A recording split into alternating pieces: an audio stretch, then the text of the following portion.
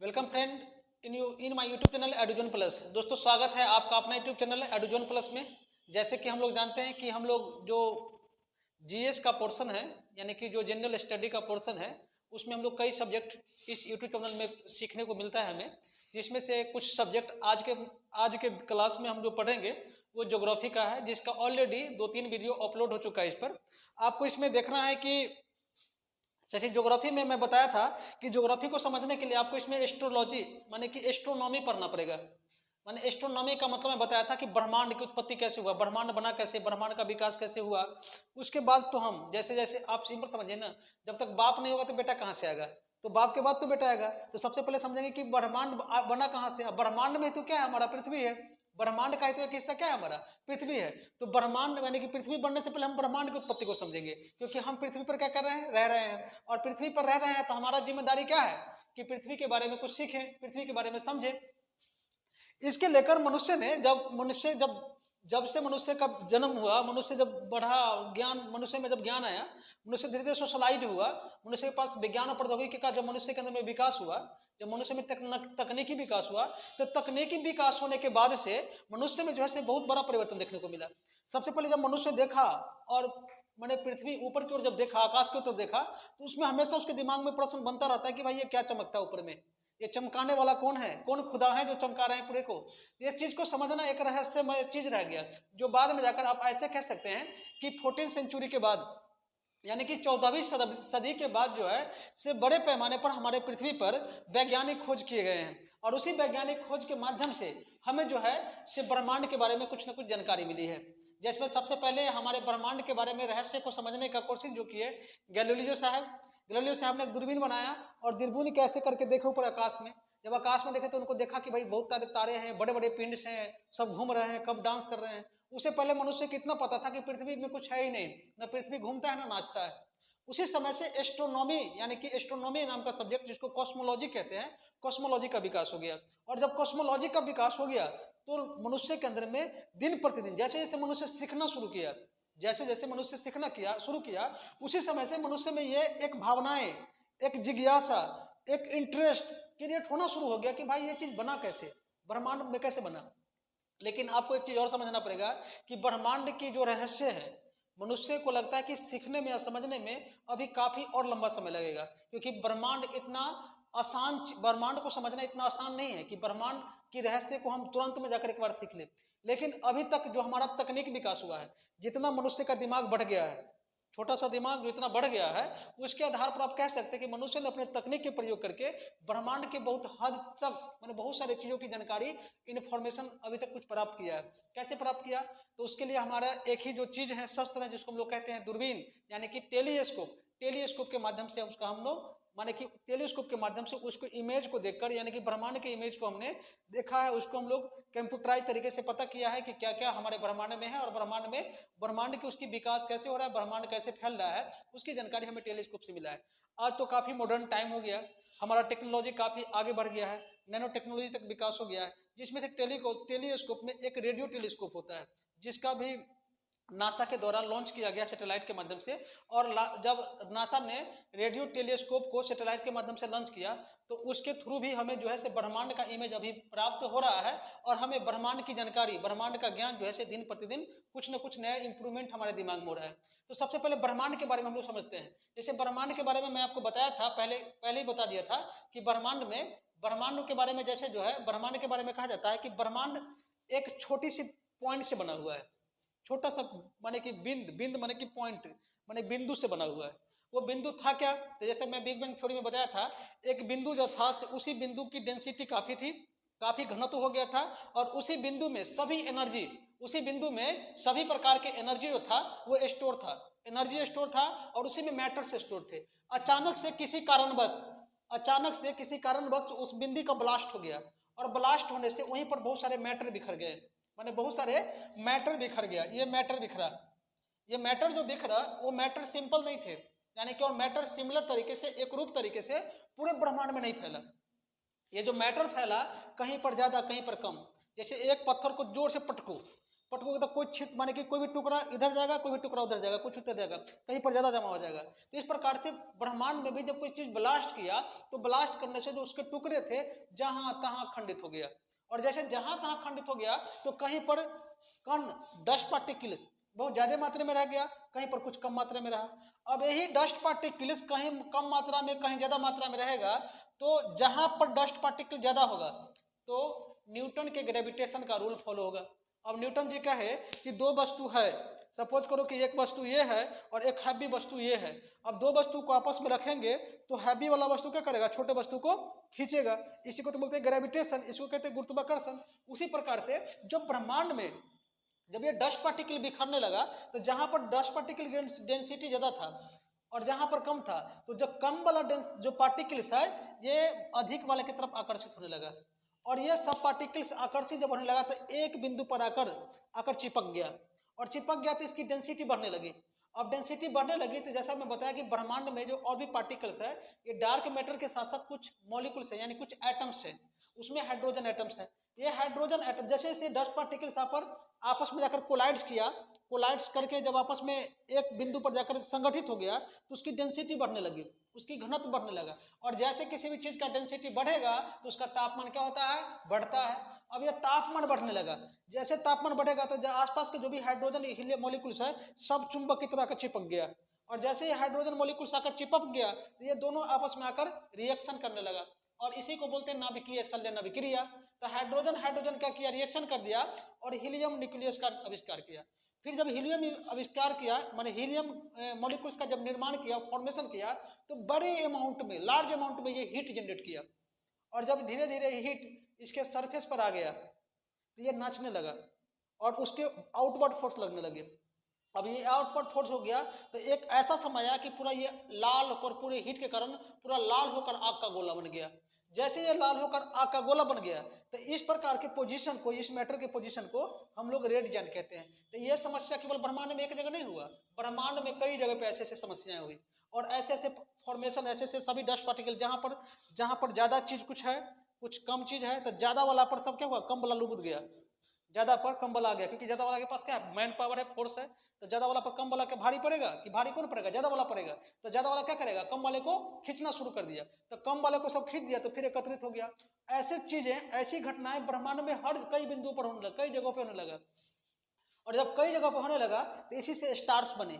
यही चीज़ क्या बन गया, स्टार, और अपना उष्मा जो है से बाहर में फेंकने लगा। क्यों, क्योंकि जो बाहर के हाइड्रोजन जो है इसके अंदर में चला गया, और हाइड्रोजन क्या किया, जल जल कर क्या किया, आग बना दिया, आग बनाकर, और ये हीलियम न्यूक्लियस लगातार ब्रह्मांड के जो हाइड्रोजन सब उसी में कंसंट्रेट होते जा रहा है। जितने भी ब्रह्मांड में हाइड्रोजन एटम्स है वो सब हाइड्रोजन एटम्स इसमें चला जाएगा, वो आपस में रिएक्शन करेगा, और रिएक्शन करेगा तो न्यूक्लियर फ्यूजन रिएक्शन होगा, यानी कि नाभिकीय संलयन अभिक्रिया होगा, और ये नाभिकीय संलयन अभिक्रिया से बड़े पैमाने पर क्या होगा, ये हीट निकलेगा और हीट फैलते चला जाएगा।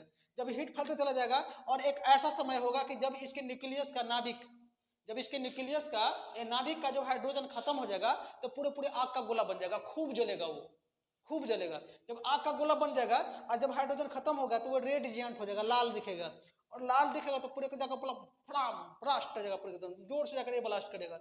जैसे ये ब्लास्ट कर जाएगा इसको बोलते हैं सुपरनोवा। लेकिन सुपरनोवा कौन होगा, सुपरनोवा यानी कि जब बड़ा जैसा होगा ना, सबसे विशाल जो स्टार्स होगा उसका ब्लास्टिंग होगा, तो उसको क्या कहते हैं हम लोग, सुपरनोवा। फिर सुपरनोवा जैसे ब्लास्ट किया तो उसके अंदर के जो अंदर में क्या होता है, जैसे आम खाते हैं ना, तो आम के अंदर में क्या होता है, गुठली, तो गुठली रह जाता है, तो जो जब ब्लास्ट करेगा तो अंदर वाला जो चीज होगा वो काफी व्हाइट दिखेगा, काफी गुठली व्हाइट दिखेगा। अब वो गुठली व्हाइट दिखेगा तो उसको क्या कहेंगे हम लोग, व्हाइट ड्वार्फ, यानी कि व्हाइट ड्वार्फ माने कि सफेद, ये बौना तारा बन जाएगा, ये सफेद पूरे चमकीला दिखेगा, सबसे चमकीला, सबसे सुंदर, ये सबसे चमकीला, जो अपने आंख से हम ऊपर करके देखते हैं तारा को, तो सबसे जो चमकीला दिखता है डेट इज कॉल्ड क्या, व्हाइट ड्वार्फ। यही हो गया व्हाइट ड्वार्फ। अब धीरे धीरे क्या होगा, उसका भी रोशनी क्या होगा, बाहर निकलते चला जाएगा, उसका भी उसमें क्या हो जाएगा, निकलते चला जाएगा, तो वो आंख मारना शुरू कर देगा, यानी डुप डप डुप डप डुप डप, इसको बोलते हैं पल्सर। देखो हम अपना जब हाथ पकड़ते हैं ऐसे करके, तो धिक धक करते रहता है, उसको पल्स कहते हैं, पल्स चेक करना। तो इसी जो स्टार जो अपना रोशनी कम ज़्यादा करते चले तो उसको धुप धक करते उसको बोलते हैं पल्सर। तो ये पल्सर हो गया, तो ये पल्सर स्टार बना देगा। धीरे धीरे जैसे जैसे इसका उष्मा खत्म हो जाएगा तो कैसा बन जाएगा, ब्लैक। कैसा बन जाएगा, ब्लैक। इसे देखते हो कि जब लोहा को खूब गर्म करो तो जब गर्म हो जाएगा पूरा तो पूरा लाल दिखता है। जैसे धीरे धीरे जब उसका उष्मा खत्म हो जाएगा तो कैसा दिखता है, ब्लैक। तो वो हो जाएगा ब्लैक, तो ये बन जाएगा ब्लैक मैटर्स। और जैसे ब्लैक मैटर जाएगा तो बीच में यहाँ पर ब्लैक होल, ये ब्लैक होल यानी कि डेंसिटी काफ़ी ज़्यादा है, और ये ब्लैक होल की डेंसिटी ज़्यादा है तो ये डेंसिटी का से नीचे से भी, ब्लैक होल के नीचे से भी मैटर्स निकलते रहते हैं और ये मैटर्स फैलते रहता है। और जब ब्रह्मांड में मैटर फैलेगा तो फिर वही बात होगा, जहाँ तहाँ मैटर कहीं ज़्यादा कहीं कम, कहीं ज़्यादा कहीं कम, और इस प्रकार से पूरे प्रोसेस होते रहता है। फिर तारा बनेगा, फिर जाकर वो ब्लास्ट कर जाएगा, फिर जाकर इस प्रकार से मैटर पूरे ब्रह्मांड में बिखर जाएंगे, ब्रह्मांड में मैटर बिखरेगा, और इस प्रकार से पूरा का पूरा सिचुएशन स्टार फॉर्मेशन का ब्रह्मांड में होते रहता है। तो ब्रह्मांड में जो स्टार बनता है तो ये स्टार के जो गुच्छा होता है ना, स्टार के जो ग्रुप होता है, इसको हम लोग गैलेक्सी कहते हैं। क्या कहते हैं, इसको हम लोग गैलेक्सी कहते हैं। और ऐसे ये सब स्टार है, जितने देख रहे हैं स्टार है। स्टार बनता है फिर धीरे धीरे बड़ा होगा, उसके अंदर में एनर्जी बनते रहेगा, चमकते रहेगा, फिर फूटेगा, फिर मैटर निकलेगा, और इस प्रकार से जहां अंत में स्टार कहाँ चला जाएगा, राम नाम सत हो जाएगा स्टार का भी, तो कहाँ जाएगा वो, ब्लैक होल में चला जाएगा। स्टार कहाँ चला जाएगा, ब्लैक होल में। फिर स्टार ब्लैक होल में जाएगा, फिर ये मैटर्स यहाँ पर चले जाएंगे, फिर नीचे से मैटर सुखरेगा, फिर ब्रह्मांड में बिखरेगा, फिर वही प्रक्रिया होगी, कहीं पर कम कहीं पर ज्यादा, और इस प्रकार से स्टार का फॉर्मेशन बने। इस प्रकार से क्या होगा, हमारा स्टार का फॉर्मेशन होगा, हमारा तारे बनेंगे। अब बात करते हैं कि हम लोग तो हैं पृथ्वी पर, तो हमारा भी कोई तारा तो होगा जहाँ से रोशनी मिलता है। रोशनी मिलने के लिए नाभिकीय संलयन अभिक्रिया होना बहुत आवश्यक है। तो हमारे जो सूर्य है ना, सूर्य में वही बात होता है। तो सूर्य देखो, अब क्या बोलते हैं कि कोई बच्चा जन्म लिया, तो जन्म ले लिया, फिर क्या होगा, बच्चा सब दिन बच्चे रहेगा। अरे बड़ा भी होना, शादी विवाह भी करना, जनरेशन बढ़ाना है, तो फिर बच्चा हुआ तो फिर क्या होगा, बड़ा हो जाएगा, बड़ा के बाद और बूढ़ा हो जाएगा, फिर क्या हो जाएगा, उसका राम नाम सत्य है, मर जाएगा वो। यही प्रकार से सब लोग को यही माने कि सबको जिस प्रकार से जीव में, मनुष्य में इस प्रकार की गति होता है, वैसे गति हमारे ब्रह्मांड में जितने भी चीजें हैं सबके साथ होता है। अब आप यहाँ पर देखिए, सबसे पहले मैटर में इस प्रकार से मैं बताया कि कैसे तारा बनेगा तो इस प्रकार की समस्याएं होंगी। अब देखो, गैलेक्सी में बहुत सारे तारे हैं। हमारा गैलेक्सी का नाम क्या है, मंदाकिनी। उसको दूसरी भाषा में क्या कहते हैं, मिल्की वे, क्योंकि वो दूधिया रंग का दिखता है। ऊपर में देखेंगे ऐसे करके पृथ्वी पर से तो दूध की तरह दिखेगा, उसका नाम क्या है, मिल्की वे। तो मंदाकिनी का ही नाम क्या कहते हैं हम लोग, मिल्की वे कहते हैं। हमारे पड़ोसी गैलेक्सी का नाम क्या है, एंड्रोमेडा। इस प्रकार से हमारा पड़ोसी गैलेक्सी भी है। इस प्रकार से हमारे गैलेक्सी के बीच के 2.5 मिलियन लाइट ईयर्स को डिस्टेंस है। अब बात आती है कि हम ब्रह्मांड के सभी चीजों को क्यों नहीं परख पाते एक बार में। तो जो ब्रह्मांड में जो है ना, हमारे जो स्टार्स हैं या जो भी और भी गैलेक्सी है, हमारे पृथ्वी से करोड़ों लाइट ईयर्स दूर है, करोड़ों लाइट ईयर्स दूर है। लाइट ईयर्स का मतलब क्या, लाइट ईयर्स का मतलब होता है कि एक वर्ष में लाइट जितना दूरी जाएगा। हम अभी तक इतना बड़ा इक्विपमेंट और इतना बड़ा जो हम लोग सैटेलाइट, जो हमारे जो दूरबीन यानी कि जो टेलीस्कोप को फॉर्मेशन नहीं कर पाए हैं कि हम यहाँ से दिखें तुरंत वो दिख जाए। क्योंकि मान लो कि हम तुमको देखते हैं ना, तो नैनो सेकंड में हमारे आंखों में कोई कोई चक्कर चलते रहता है, तब जाकर हम तुमको देख पाते हैं। उसी प्रकार से सूर्य जब वहाँ पर चमकता है तो हमारे पृथ्वी पर आता है तो उसको 8 मिनट का टाइम लगता है, 8 मिनट 20 सेकंड का टाइम लग जाता है, 8 मिनट तो टाइम लगा। उसी प्रकार से सूर्य से भी बहुत दूर दूर तारे हैं, जिसको पृथ्वी पर देखने से बहुत दूर है, लाइट कई लाइट ईयर लगेगा, तो उसको लाइट को जाने में तो टाइम लगेगा। तो यदि हम कोई भी चीज़ को यहाँ से देखते हैं, मान लो आज यदि कोई भी चीज़ को हम पृथ्वी पर से आज देखते हैं तो वो आज नहीं, अभी नहीं दिखेगा, वो कभी पहले ही दिखेगा। यानी मान लो कि 20 साल पुराना दिखेगा, चाहे 100 साल पुराना दिखेगा, और 100 साल में क्या होगा, बहुत दूसरी चीज़ हो जाएगा वो।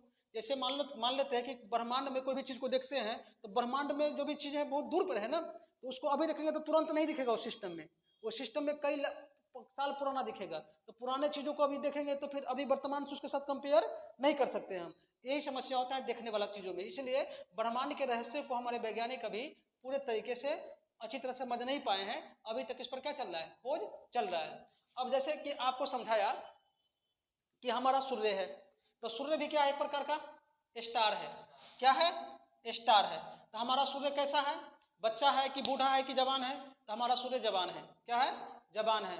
अब उसके भी बारे में कहा जाता है कि एक समय आएगा कि सूर्य भगवान का भी क्या होगा, राम नाम सत हो जाएगा। कैसे, तो सूर्य भगवान भी क्या करेंगे, पूरे ब्लास्ट कर जाएंगे, और पूरे के पूरे क्या होगा, ब्लास्ट होकर वो भी कहाँ चले जाएंगे, ब्लैक होल में, तो इनका भगवान कौन है? Black hole. तो ब्लैक होल में भी चले जाएंगे तो उसमें टाइम लगेगा, अभी घबराने की बात नहीं है, तुरंत नहीं जाएंगे, अभी रहेंगे हम लोग भी। अब तब तो हो सकता है कि हम कई जन्म ले ले, तुरंत जाने वाले ना हो, इसलिए ब्लैक होल में तुरंत ये समस्याएं नहीं होगी, है ना। अब इस चीज को यहाँ पर देखिए आप, कि जैसे सूर्य है तो ब्रह्मांड में असंख्यक तारे हैं, उसको काउंट नहीं किया जा सकता, अनंत तारे हैं। लेकिन कुछ लोग कहते हैं कि 10 के पावर 20 बिलियन है, इतना संख्या में तारे हैं। तो उतना तारे बने कि बहुत काउंटेबल नहीं है, जिसको कुछ तारे को हम लोग यहाँ से खुली आंख से देख सकते हैं।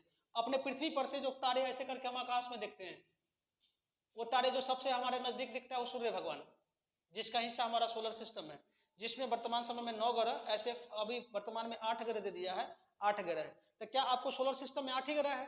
तो नहीं, सोलर सिस्टम को आपको समझना है तो आपको देखिए, जैसे आपको समझना है कि जितने भी तारे हैं, तब हमारे जो एस्ट्रोनॉमर हैं, हमारे जो कॉस्मिक चीज़ों के जो कॉस्मोलॉजिस्ट हैं, जो एस्ट्रोनॉमर हैं, जो हमें कॉस्मोलॉजी के बारे में अध्ययन करते हैं, उनका मानना यह है कि ब्रह्मांड में हमारे जिस प्रकार से सूर्य है और सूर्य के अंदर में क्या है? ग्रह है। उसी प्रकार से जितने भी तारे हैं ब्रह्मांड में, सबके पास अपना ग्रह होगा, और सभी ग्रह हैं। हमारे सूर्य, पृथ्वी भी ग्रह है, तो पृथ्वी के अपना उपग्रह कौन है? मून है। नेचुरल उपग्रह कौन है? मून है। उसी प्रकार से ब्रह्मांड में जितने भी ग्रह होंगे, यानी कि सब तारे के अपना अपना ग्रह होंगे, और जितने भी ग्रह होंगे वो सब के अपना उपग्रह भी होंगे। क्या होंगे? उपग्रह होंगे। तो यानी कि हम ऐसा मान सकते हैं कि ब्रह्मांड में असंख्यक मात्रा में उपग्रह और छोटे छोटे माने कि क्षुद्र ग्रह भी होंगे, जिसकी काउंट माने संख्या को काउंट करना काफी मुश्किल है। क्या है? मुश्किल है। अब कभी कभी जो है नासा के वैज्ञानिक माने कि कभी कभी टेलीविजन वाला, टीवी वाला दिखा देता है कि जो टीवी वाला दिखा देता है, एलियन आया। ये एलियन क्या होता है? एलियन का मतलब होता है बाहरी दुनिया के लोग, ALIEN। एलियन का मतलब होता है बाहरी दुनिया के लोग। तो क्या बाहरी दुनिया में लोग रहते हैं तो कैसे होंगे? उनके शरीर कैसा होगा? हमसे वो बात कर सकते हैं, हमारा सूचना वो ले सकते हैं, हमारी सूचना दे सकते हैं? इन चीज़ों का एक रहस्य बना हुआ है। रियलिटी, इस पर वैज्ञानिक ने अभी तक खोज नहीं किया है कि रियलिटी में क्या दूसरी दुनिया पर लोग हैं कि नहीं हैं, लेकिन इसकी संभावना को व्यक्त किया जा रहा है कि हाँ, ऐसा संभव है कि हमारे ब्रह्मांड में दूसरे भी ऐसे कोई जगह होंगे, वहाँ पर मानव रहते होंगे, यानी कि मानव जीवन संभव हो सकता है। जैसा कि हम जानते हैं कि हमारा अभी जो जीवन जो है, खाली सोलर सिस्टम, अपने सूर्य में जो ग्रह हैं उन्हीं को समझने, अपने पृथ्वी को समझने में गुजर जाता है। न हम बगल के ग्रह जैसे Mercury, Venus, Earth, Mars, Jupiter, Saturn, Uranus, Neptune, Pluto, ये सभी जो ग्रह हैं इनके बारे में हम कैसे जानेंगे? क्योंकि अपने पृथ्वी के बारे में पूरा नहीं सीख पाते हैं। तो हमारे सोलर सिस्टम में 9 ग्रह तो ऐसे मान लो, 8 ग्रह ही मान लेते हैं। उसके साथ साथ कितने बड़ा माने कि मेट्रोइड्स है, फिर कितने बारे बहुत बड़ी संख्या में मेट्रोइड्स है, क्षुद्र ग्रह हैं। तो बहुत सारे इतने चीज़ों के बारे में हम लोग नहीं समझ पाते कि उसका प्रभाव क्या पड़ेगा पृथ्वी पर, क्या हो सकता है। तो फिर ब्रह्मांड में जितने भी तारे हैं, मैं जैसा बताया कि ब्रह्मांड में असंख्यक तारे हैं और सब तारों का अपना परिवार होगा। जैसे मनुष्य एक अकेले रहेगा ना, तो अकेलापन उसको बहुत खाता है, कहते यार क्या हो गया। देखते हो क्या, व्यक्ति कोई बाहर चला जाता है, कहीं अकेले रहेगा परिवार से, उसको मन नहीं लगता है। तो हमेशा आजकल तो बस सिस्टम आ गया है, वीडियो कॉल पर हम हाई भाई हेलो हेलो करना शुरू कर देता है। लेकिन जैसे मान लो कि जैसे कोई व्यक्ति अकेला कहीं पर है तो लगता है कि वो मानसिक रूप से गया, माने कि उसका दिमाग ठीक ठाक नहीं चल रहा है। उसी प्रकार से मान लो कि जब कोई भी ब्रह्मांड में जितने भी चीजें हैं ना, वो अकेला रहना पसंद नहीं करता है, उसका भी अपना परिवार होता है, हम लोग के परिवार की तरह। उसी प्रकार से हमारा सूर्य जो है उसका भी अपना परिवार है, जिसको क्या बोलते हैं? सौर परिवार। सौर परिवार का मतलब सूर्य जी हैं, उनके अपने आसपास के फैमिली के लोग हैं, जिसको हम लोग ग्रह कहते हैं, और उन ग्रह के भी अपना फैमिली के लोग हैं, उपग्रह कहते हैं। उनके बीच में भी बहुत सारे मेट्रोइड्स है, माने उल्का बहुत सारे माने कि डस्ट है, मेट्रोइड्स है, उसके बाद क्षुद्र ग्रह है, एस्ट्रॉयड है, उसको क्षुद्र ग्रह कहते हैं। बहुत सारे चीजें हैं, और फिर जाकर हमारा पूरा सोलर सिस्टम बना हुआ है। तो ऐसे ऐसे जितने भी तारे हैं, सभी तारे के पास ऐसे ऐसे सोलर सिस्टम होंगे हमारे तरह। जितने भी तारे हैं ना, सभी तारे के पास ऐसे ही सोलर सिस्टम होंगे जैसा हमारा है, और इसी प्रकार की प्रक्रिया ब्रह्मांड में बनते रहता है। अब आपको समझना ये होगा कि जैसे ये गैलेक्सी है, तो गैलेक्सी में असंख्यक तारे हैं हमारे गैलेक्सी में। इसी प्रकार से ब्रह्मांड में बिलियन, 100 बिलियन से ज्यादा गैलेक्सी हैं, जिसके बारे में कोई नहीं जानता है। अपने गैलेक्सी के बारे में हम नहीं पढ़ पा रहे हैं पूरा का पूरा। अपने गैलेक्सी को तो छोड़िए, आप जो अपना पृथ्वी है जहां पर हम रह रहे हैं, उसके बारे में पूरा जानकारी अभी तक हम हासिल नहीं किए हैं। जब अपने पृथ्वी के बारे में नहीं जानकारी हासिल करेंगे तो अपने पड़ोसी के कहाँ से खोजेंगे फिर? तो हमारे इसे हमारा जो सबसे सूर्य है, सूर्य के बारे में पूरी जानकारी नहीं ली कि हमारा तारा कैसे कैसे काम कर रहा है। सूर्य के बाद मरकरी मतलब कि शुक्र ग्रह, मरकरी, वेनस, बुध, मार्स, मंगल ग्रह, फिर मंगल के बाद पृथ्वी, फिर जाकर जुपिटर, उसके बाद जुपिटर के बाद यूरेनस, उसके बाद नेपच्यून, उसके बाद प्लूटो, ये सब ग्रह है और अन्य बीच में और भी ग्रह हैं। अब इन चीज़ों का अध्ययन हम कर नहीं पा रहे हैं, बहुत कोशिश मेहनत किए हैं तो थोड़ा बहुत हम लोग मून पर पहुंचे हैं, मून के बारे में थोड़ा बहुत जानकारी इकट्ठा किए हैं, पूरी जानकारी नहीं, थोड़ा बहुत जानकारी इकट्ठा मून के बारे में हम लोग कर लिए हैं। फिर और दिमाग लगाए हैं तो थोड़ा बहुत सारा पैसा खर्च किए हैं, तो थोड़ा नासा के लोग और थोड़ा इसरो के लोग मंगल पर कुछ कुछ जाकर किए हैं कि भाई मंगल पर जीवन संभव हो सकता है, ये हो सकता है, वो हो सकता है। लोग अभी डेटा ही लिए, लेकिन पूर्ण रूप से लोगों को ये जानकारी नहीं है कि मंगल पर क्या जीवन संभव है या नहीं है। लेकिन कुछ साक्ष्य जो मिला है वहाँ के सैटेलाइट के माध्यम से, उसके बारे में ये पता हो गया कि हाँ मंगल पर जीवन संभव है, जिसके बारे में मैंने सैटेलाइट के माध्यम से लोगों ने वहाँ की जानकारी अभी तक हासिल की है। तो हम तो अभी पृथ्वी पर भी यानी अपने सूर्य में ही घूम रहे हैं। अब बताइए कि हमारे सूर्य जैसे जैसा मैं बताया कि अरबों की संख्या में, माने अनंत आप कह सकते हैं कि तारे पूरे ब्रह्मांड में हैं और सब तारे का तो अपना परिवार होगा, तो उसके बारे में समझना क्या आसान काम है? नहीं है। तो थोड़ा बहुत हम लोग को समझना है कि चलो भाई धीरे धीरे हम समझते हैं कि पूरे ब्रह्मांड है, ब्रह्मांड में क्या है, बहुत सारे गैलेक्सी है, गैलेक्सी में क्या है, बहुत सारे तारे हैं। हमारा तारा का नाम क्या है? हमारा तारा का नाम क्या है? सूर्य। हमारा तारा का नाम क्या है? सूर्य। और उनका अपना परिवार है, उसको क्या कहते हैं हम लोग? सोलर सिस्टम कहते हैं। वो सोलर सिस्टम में अभी कितने ग्रह हैं? 8 ग्रह हैं। अभी कुछ ग्रहों को बाहर निकाल दिया गया है, 8 ग्रह हैं। और बहुत सारे क्षुद्र ग्रह हैं, बहुत सारे उल्का पिंड है, बहुत सारे डस्ट हैं, डस्ट पार्टिकल्स है। फिर हमारे जो 8 ग्रह हैं, प्रत्येक ग्रह के कुछ न कुछ, प्रत्येक ग्रह के पास अपना उपग्रह है, फिर वो सब अपने घूमते हैं और उसी घूमने से हम लोग हमारे पृथ्वी पर ऊर्जा भी मिलता है उन्हीं चीज़ों से, और पूरे एट्रैक्शन के कारण हमारा पृथ्वी भी टिका हुआ है और पृथ्वी पर पूरे प्रक्रियाएं चलती है जिससे हमें भोजन मिलता है। फिर पृथ्वी पर आते हैं तो हमारा एक पृथ्वी जो है से कई देशों में बटा हुआ है, कई महाद्वीपों में बटा हुआ है। उसमें से हमारा महाद्वीप कौन है? एशिया। और एशिया में भी कई देश हैं, उसमें हमारा देश कौन है? भारत। भारत में भी कई राज्य हैं, उसमें हमारा राज्य एक है, जहाँ हम लोग दिल्ली में भी हैं। या हमारा राज्य बिहार है तो बिहार हम कह सकते हैं। फिर उसमें भी बहुत सारे जिला हैं, उसमें हमारा एक जिला होगा, उसमें भी बहुत सारे गांव हैं, बहुत सारे अनुमंडल है, उसमें एक हमारा अनुमंडल होगा। उसमें भी बहुत सारे प्रखंड है, उसमें एक हमारा प्रखंड होगा। उसमें भी बहुत सारे गांव होंगे, पंचायत होंगे, उसमें एक हमारा पंचायत होगा। उसमें बहुत सारे गांव होंगे, उसमें एक हमारा गांव है। उसमें बहुत सारे लोग होंगे, उसमें एक हम हैं, छोटे से जीव। हमको लगता है कि हम बहुत महान है, ऐसे लगता है। कितना देखो ब्रह्मांड, संसार कितना बड़ा है और हम एक छोटे से उसमें कीड़ा के, नैनो कीड़ा की तरह है, माइक्रो, यानी कि फर्मी में बोलो ना, फर्मी में। लेकिन अपने आप को हम क्या कहते हैं कि बहुत महान है।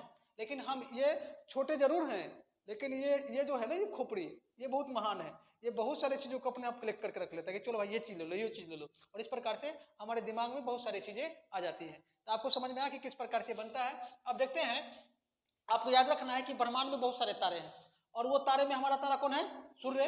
और सूर्य के अंदर में हमारा एक सोलर सिस्टम डेवलप्ड है, और वो सोलर सिस्टम में आपको ध्यान रखना है कि सोलर सिस्टम में कौन कौन है। देखिए हमारा सोलर सिस्टम में क्या है देखना है आपको। ये जैसे हमारा सोलर सिस्टम में सूर्य भगवान है, सन, ऐसे करके ये सभी जो एक ऑर्बिट पर घूम रहे हैं, ये आपको ऐसे करके याद रखना है। हमारा बोर्ड छोटा पड़ जाएगा, लेकिन हम इसको मोटा कर देंगे, चिंता नहीं करना है।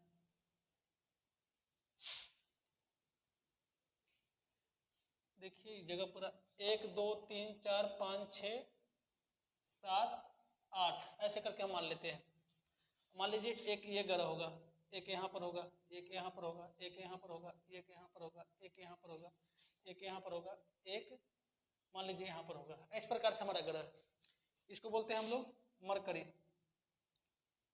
मरकरी, वेनस, ये हमारा अर्थ, ये हमारा है मार्स, ये हमारा जुपिटर।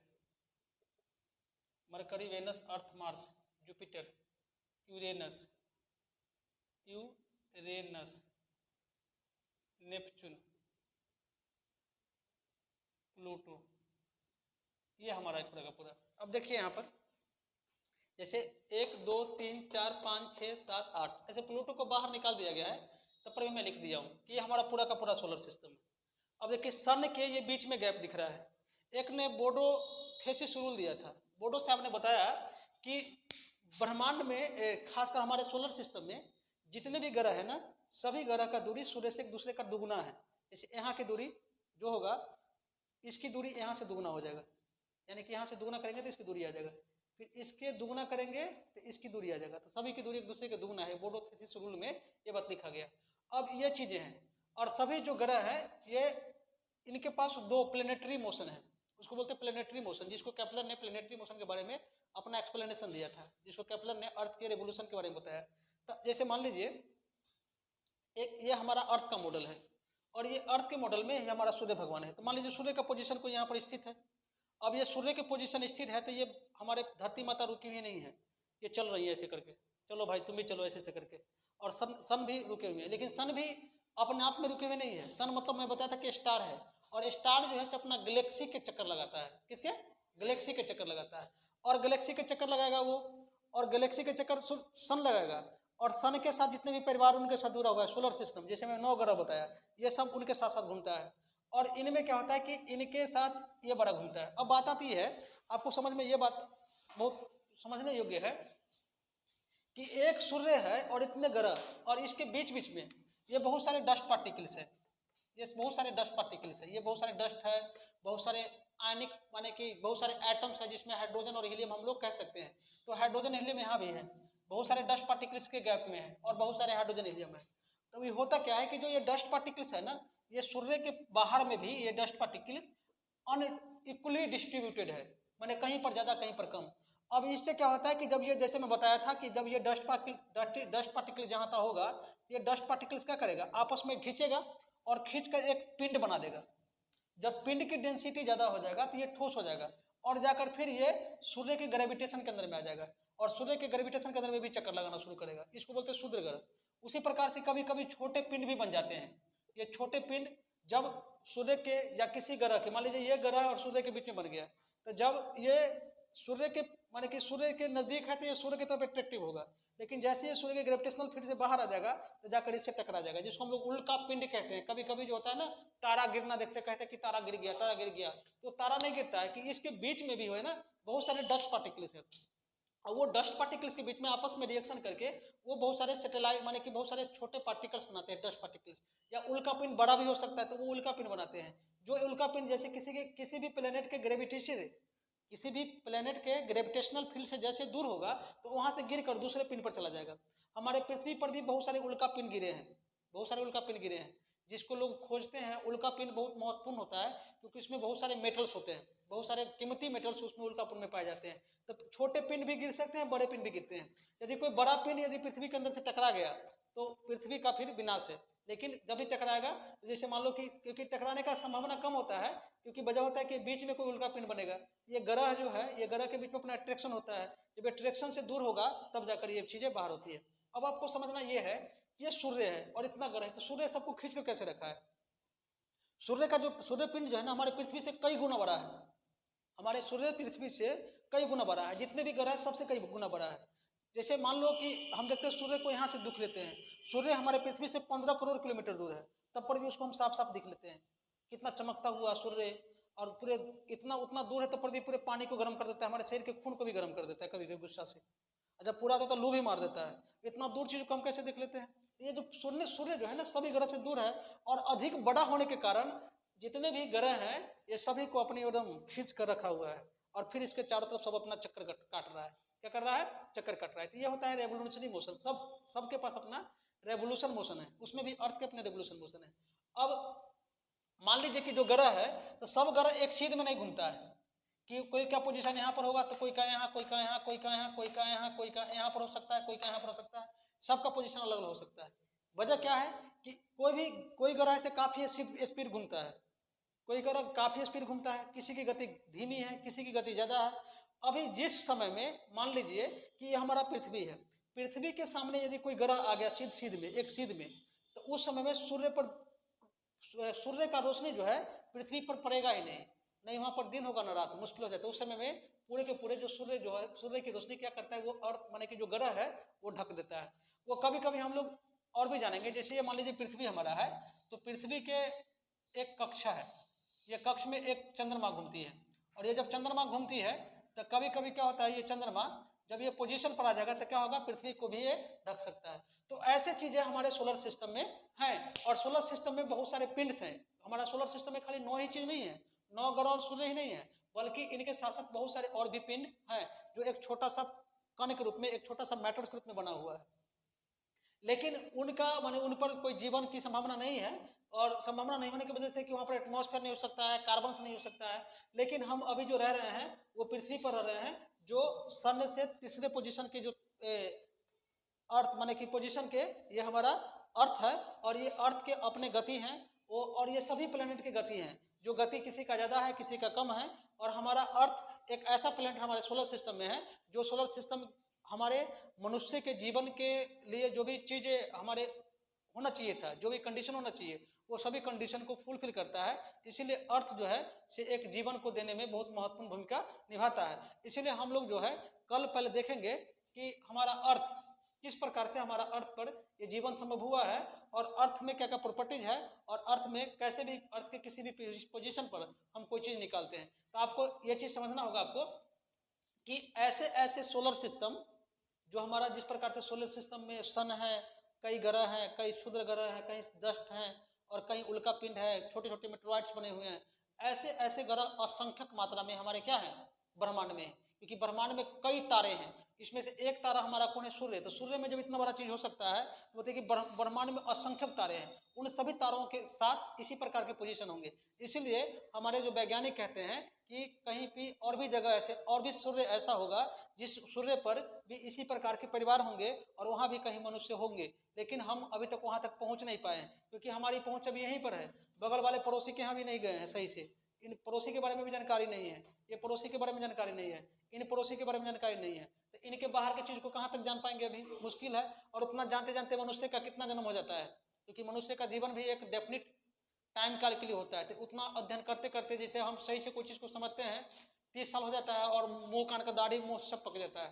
तो उतना समय लोग जीता भी नहीं है। इसलिए ब्रह्मांड धीरे धीरे लोग, जितना लोग स्टडी कर देते हैं, उन्हीं को स्टडी करके लोग आगे की और रिसर्च कर रहे हैं, और धीरे धीरे हमारे पास ब्रह्मांड की जानकारी मिलती जा रही है।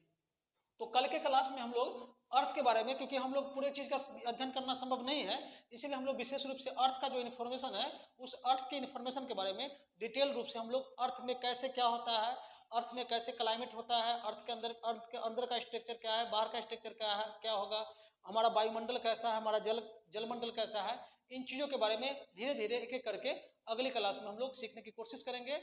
और खासकर पृथ्वी पे जितनी भी चीज़ होती हैं उन चीज़ों के बारे में अच्छी तरह से जानेंगे। इसलिए हमारे वीडियो के साथ आप बने रहें, देखें और अपने दोस्तों में भी शेयर करें। अच्छा लगे तो हमारे चैनल को सब्सक्राइब करें और बेल आइकन को दबाएं, ताकि जो भी मैं वीडियो डालूंगा उसकी नोटिफिकेशन सबसे पहले आपके पास आएगा। जय हिंद, जय भारत।